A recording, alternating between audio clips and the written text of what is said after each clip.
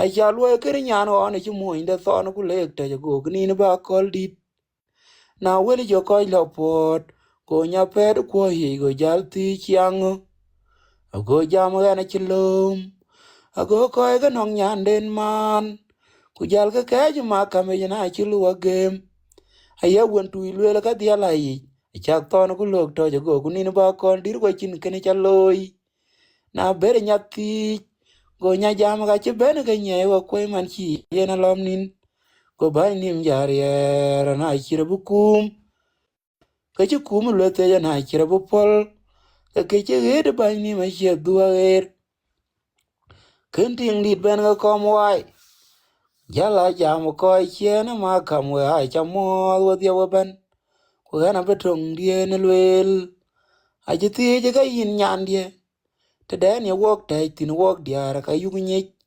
na we la ko yin chi ye we la longo ko nyan ti lwel ka di la ye mar chok chen ke ber muny gan che te ke gan tar ku ja la tar nga nya gan tar ken ting din man ton di en ma lo ton di en ma yi je wer ko kom ko lu ka che ki cho gen gao ye nyan ngo ye che ting bo de ma lwa da ko lu aran ti wai lu nyan chu lo po ka de walan de nga tong de nga lwel ma yan